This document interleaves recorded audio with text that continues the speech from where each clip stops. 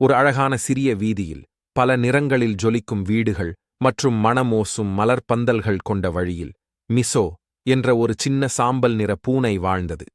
ஒவ்வொரு காலையும் சூரியன் கடற்கற்கள் போல் வீதியை பொற்கலர்ந்து மிதக்கும் நேரத்தில் மிசோ தனது சிறிய சஞ்சாரத்தைத் தொடங்கும். வணிகக் கடைகள் அருகே தாவீத் திரியும் அது.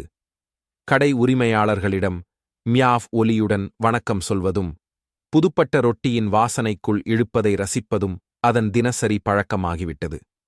குழந்தைகள் அதை விரட்டி விளையாடுவார்கள். பழைய ஓவியர்கள் தங்கள் ஓவியங்களை வரைந்தபடியே அதை பார்த்து சிரிப்பார்கள். மிஸ்ஸோ அதனையெல்லாம் விருப்பத்துடன் அனுபவிக்கும்.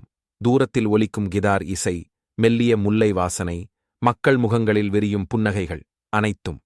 மாலையில் மிசோ உயர்ந்த வீடொன்றின் கூரையில் ஏறி அமர்ந்து ஒவ்வொரு வீதி விளக்கும் ஒளியுடன் வீதி தங்க நதியாக மாறுவதைக் காணும். அந்த இரவின் மென்மையான வானின் கீழ் மிசோ தன்னையே மெல்ல மடிக்கி மெதுவாக உறங்கும். அந்த சிறிய வீதிதான் வாழும், நம்ப முடியாத அழகான உலகம் என்று தெரிந்து கொண்டபடியே.